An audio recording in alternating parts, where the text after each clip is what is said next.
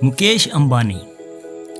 नाज़रीन, मुकेश अंबानी की इनकम का अंदाज़ा आप ऐसे लगा सकते हैं, जब तक आप ये वीडियो देखेंगे तब तक मुकेश अंबानी 1,92,00,000 रुपए कमा चुके होंगे। आजकल हर तरफ मुकेश अंबानी के बेटे के चर्चे हैं, जिसमें दुनिया भर से मुख्तलिफ सेलिब्रिटीज़ ने शिरकत की। दुनिया के टॉप परफॉर्मर्स, क्रिकेटर्स और मूवी स्टार्स ने शिरकत करके शादी को 4 चांद लगाए। ये तो सब समझते हैं कि ये स्टार्स फ्री में नहीं बल्कि भारी पैसे लेकर आते हैं। सिर्फ जस्टिन बार्बर की ही बात की जाए तो इसने चंद मिनट की परफॉर्मेंस के 80 करोड़ इंडियन या 280 करोड़ पाकिस्तानी रुपए लिए। अब यहाँ हर किसी के जहन में यही सवाल आता है कि मुकेश अंबानी एशिया के अमीर आदमी तो हैं, लेकिन उन्होंने इतना पैसा कमाया कैसे? 10,370 अरब रुपए। क्या है इनकी कमाई का असल ज़रिया जो इनके पूरे एशिया का अमीर तरीन इंसान बनाता है? और सबसे बढ़कर, जब एक भाई सोने के पानी से नहा रहा है तो वहीं दूसरे भाई का दिवालिया क्यों निकला हुआ है? आइए देखते हैं मुकेश अंबानी की सक्सेस स्टोरीज़ की कुछ झलकियाँ। मोअज़्ज़िज़ नाज़रीन, अगर आप इंडिया में रहते हैं तो चाहते हुए भी कोई ऐसा दिन नहीं गुजारते जिसमें आप मुकेश अंबानी की कोई प्रॉफिट ना देखें। टेलीकॉम सेंटर हो, पेट्रोलियम हो, क्रिकेटर या रिटेल सेंटर इंडस्ट्रीज़ हो, हर जगह फैली हुई हैं। लेकिन इन सब का आगाज़ मुकेश अंबानी ने नहीं बल्कि उनके बाप धीरूभाई अंबानी ने किया था। 1950 में धीरूभाई अंबानी गुजरात से एक अच्छी जॉब के लिए यमन चले गए। उन्होंने 8 साल तक इंपोर्ट एक्सपोर्ट की एक कंपनी में क्लर्क की नौकरी की और इस कारोबार को करीब से समझने की कोशिश की। 8 साल बाद वो वापस इंडिया आए और इसके बाद उनके पास एक अच्छा बिजनेस आइडिया मौजूद था। उन्होंने ट्रेडिंग बिजनेस शुरू किया, जिसे रिलायंस कमर्शियल कॉरपोरेशन का नाम दिया। शुरुआत में ये RCC कंपनी सिर्फ मसालों की ट्रेडिंग में इन्वॉल्व थी। वो इंडिया से मसाले खरीद कर उसे मिडिल ईस्ट और अफ्रीका में एक्सपोर्ट करते थे।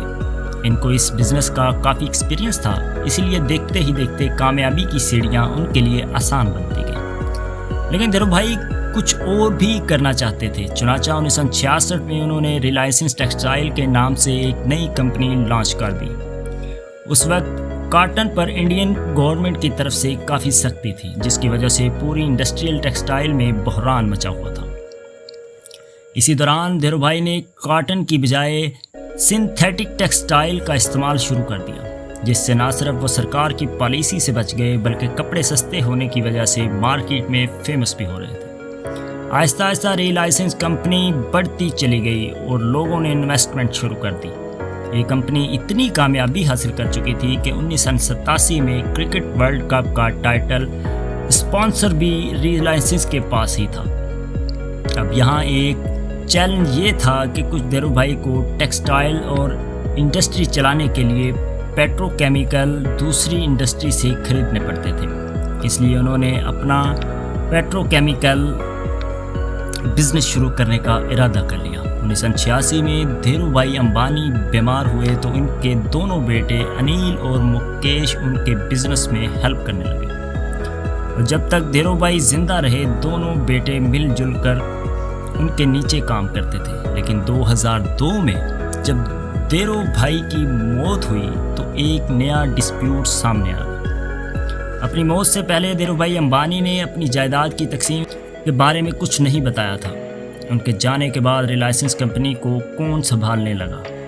इस सिलसिले में रिलायंस के बोर्ड ऑफ गवर्नर की मीटिंग कॉल की गई और इसमें फैसला हुआ कि ज़्यादा कंट्रोल मुकेश अंबानी को दिया जाएगा।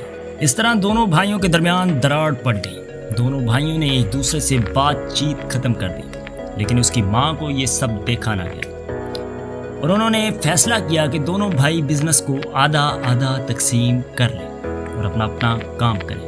इस तरह 2005 में रिलायंस इंडस्ट्री को 2 भाइयों में तकसीम कर दिया गया। तकसीम के बाद भी दोनों भाइयों में इख्तलाफात चलते रहे और कई बार ये मामलात कोर्ट तक पहुंच जा चुके थे।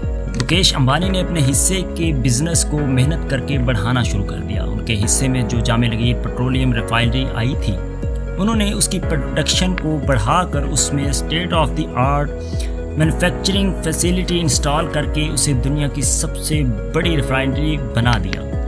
اس کے بعد مکیش امبانی نے ریٹیل انڈسٹری میں بھی قدم رکھ دیا،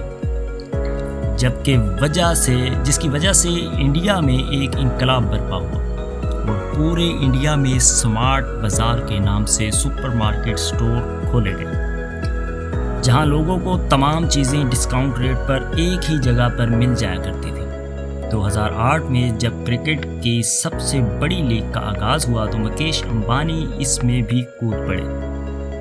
آئی پی ایل کی سب سے بڑی ٹیم انڈین ممبئیز کو خرید لیا۔ یہ ٹیم کئی سالوں تک آئی پی ایل کی موسٹ ویلیویبل ٹیم رہی۔ 2016 میں مکیش امبانی نے ٹیلی کام انڈسٹری میں ایک قدم رکھا اور یہ قدم اتنا بھاری تھا جو ٹیلی کام انڈسٹری کے دوسرے کمپیٹیٹرز کو کچلنے والا تھا۔ جیو کے نام سے انہوں نے ایک موبائل نیٹ ورک لانچ کیا جو کالز، ڈیٹا اور میسیجز کو پبلک کے لیے فری کر دیا گیا۔ لوگوں نے دوسرے نیٹ ورک کو چھوڑ کر جیو کی سم خریدنا شروع کر دی کیونکہ یہاں سب کچھ فری مل رہا تھا، اور دیکھتے ہی دیکھتے جیو کے یوزر 450 ملین تک پہنچ گئے۔ اور جیو نے جب 5G نیٹ ورک لانچ کیا تو یوزر کی تعداد مزید بڑھ گئی۔ یہ نیٹ ورک دنیا کی 6G کمپنی کے ساتھ مل کر کام کر رہا تھا۔ جیو کی کامیابی دیکھ کر دوسری ٹیلی کام کمپنی نے جیو پر کیس کر دیا۔ ان کا کہنا تھا کہ جیو لوگوں کو فری ڈیٹا دے رہا ہے، جس کی وجہ سے مارکیٹ میں کمپیٹیٹرز ختم ہو رہا ہے۔ پھر جیو نے فری سروسز ختم کر کے بہت ہی کم چارجز پر کال ڈیٹا پرووائڈ کرنا شروع کر دیا، جس سے دوسری کمپنی کو بھی اپنے ریٹس کم کرنے پڑے، اور آج اسی وجہ سے انڈیا میں انٹرنیٹ بنڈلز سب سے کم ریٹ پر ملتے ہیں۔ آج مکیش امبانی کی نیٹ ورتھ $122 بلین سے بھی زیادہ ہے۔ جب پیسے کی ریل پیل اتنی زیادہ ہو تو خرچے بھی اسی حساب سے ہوتے ہیں۔ ممبئی میں موجود امبانی کا گھر، جسے انٹیلیا کہا جاتا ہے، بہت ہی فیمس ہے۔ یہ ایک 27 فلور کی بلڈنگ ہے جو 27,000 اسکوائر میٹرز پر مشتمل ہے۔ حال ہی میں آنند امبانی کی شادی تو آپ کو یاد رہی ہے۔ ایک اندازے کے مطابق مکیش امبانی نے شادی پر 5,000 کروڑ روپے خرچ کیے ہیں۔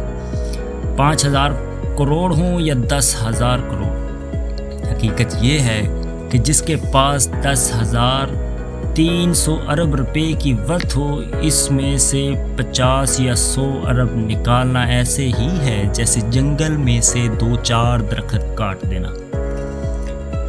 اصل فگرنگ شاید کسی کو معلوم ہی نہیں پڑے گی۔